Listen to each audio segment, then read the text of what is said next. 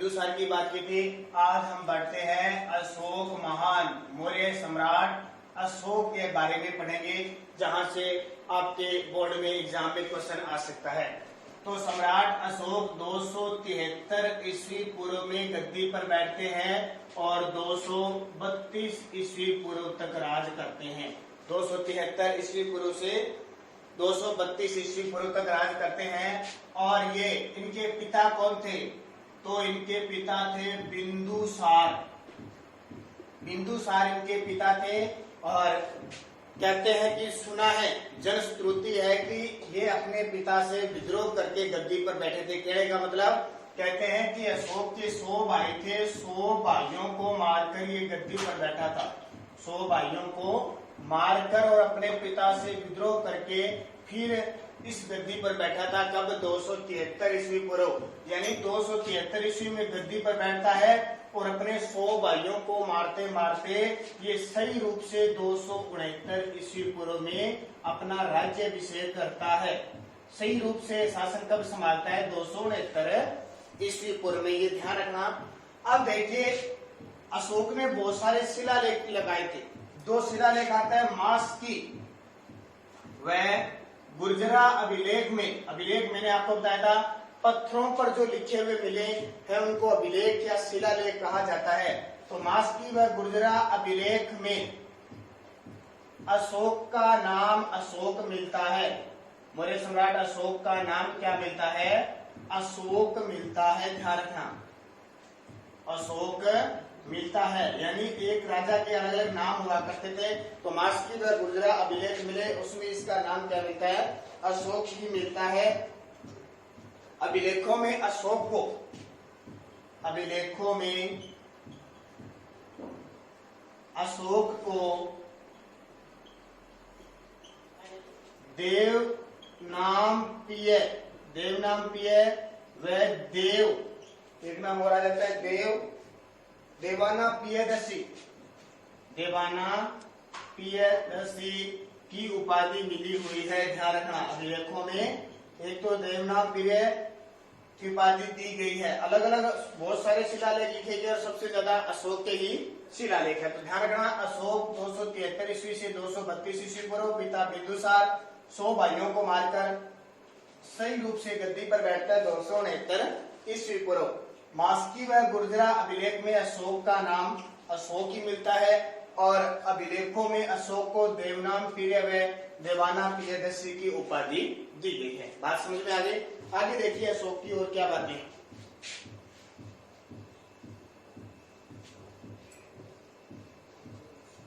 अशोक ने क्या किया था? अशोक ने विदिशा की राजकुमारी से शादी की। विदिशा की राजकुमारी से विवाह किया, जिनसे पुत्री संघमित्रा व पुत्र महेंद्र का जन्म हुआ। पुत्र महेंद्र का जन्म हुआ, ये आपके लिए इंपॉर्टेंट। एक इनकी पत्नी और आती है, उस पत्नी का नाम है कारुवकी, भी इनकी पत्नी आती है, क्योंकि एक राजा की बहुत सारी पत्नी हुआ करते थे, लेकिन उसमें से 2-3 मुख्य हुआ करते थे। तो एक तो विदिशा की राजकुमारी से विवाह किया और उसकी जिनसे पुत्री संघमित्रा और पुत्र महेंद्र का जन्म हुआ। दूसरा, एक इसकी पत्नी आती है, उसका विवरण मिलता है, कारुवकी नाम की पत्नी मिलती है। इसके बाद में देखो, राज्याभिषेक के 7वें वर्ष, राज्याभिषेक के 7वें वर्ष कश्मीर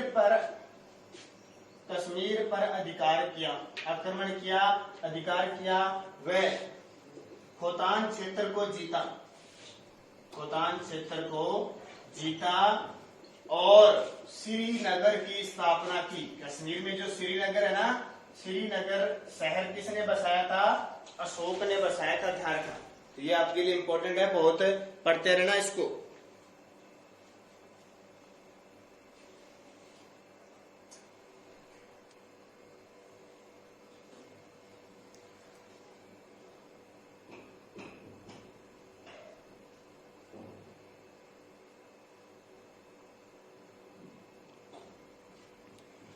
तो राजाभिषेक के 7वें वर्ष कश्मीर पर अधिकार किया और खतान क्षेत्र को क्या कर दिया, जीत लिया और श्रीनगर की क्या कर दी, स्थापना। अब देखिए इंपॉर्टेंट है क्या, राज्याभिषेक के 8वें वर्ष, ठीक है, राज्याभिषेक सही रूप से कब होता है, 275 ईस्वी पूर्व होता है। एक होता है ईस्वी, एक होता है ईस्वी पूर्व। अब आपको पता है क्या इन दोनों में अंतर क्या है, ईस्वी आज चल रही है 2020, कहने का मतलब है ईसा मसीह का जन्म हुआ उसको मान लिया गया 1 ईस्वी। अब आज हम 2020 में है ना, तो हम कहेंगे कोरोना वायरस आया तो ईसा मसीह के जन्म के 2020 साल बाद। ईस्वी पूर्व का मतलब है ईसा मसीह के जन्म से पहले, जिसे नाम आया ना 273 से 232। ये देखो कई विद्यार्थियों को लग रहा है ये उल्टा चल रहा है, लग रहा है ना उल्टा चल रहा है। देखो ईसा मसीह के 273 ईस्वी से जन्म से पहले और 232 ईस्वी जन्म से पहले की घटना अशोक के काल की। ईस्वी पूर्व जन्म के पहले की घटना और ईस्वी है जन्म के बाद की घटना, ध्यान रखना। तो 8वें वर्ष अशोक ने राज्याभिषेक के 8वें वर्ष कलिंग पर आक्रमण किया। कलिंग ध्यान रखना उड़ीसा के अंदर है, उड़ीसा राज्य है वहां पे। कलिंग पर आक्रमण किया, कलिंग पर आक्रमण किया, ध्यान रखना। और हाथी गुफा अभिलेख है, अभिलेख है शिलालेख, हाथी गुफा अभिलेख में जानकारी मिलती है कि कलिंग का राजा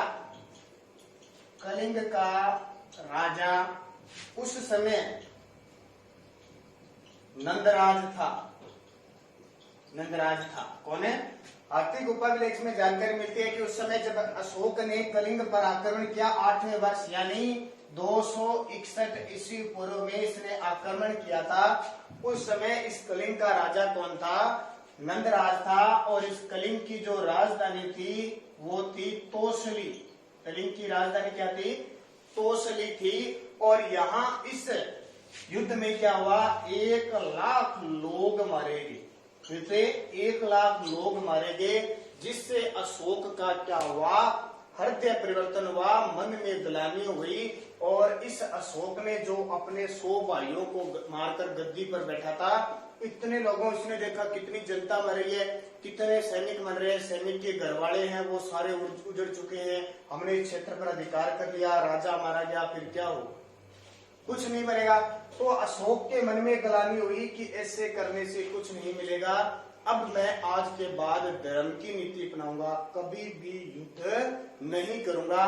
कहने का मतलब कि अब उसने क्या नीति बनाई, अब उसने नीति बना ली दम्भ घोष की, भेरी घोष की जगह दम्भ घोष की नीति अपना ली, भेरी घोष की जगह दम्भ घोष की नीति अपनाई। इसका मतलब क्या हुआ कि अब अशोक ने युद्ध छोड़ दिए, कभी भी युद्ध नहीं करेगा, किसी को हानि नहीं पहुंचाएगा, बल्कि अब धम्म का मतलब होता है धार्मिक काम करेगा। कौन से, धार्मिक काम करेगा।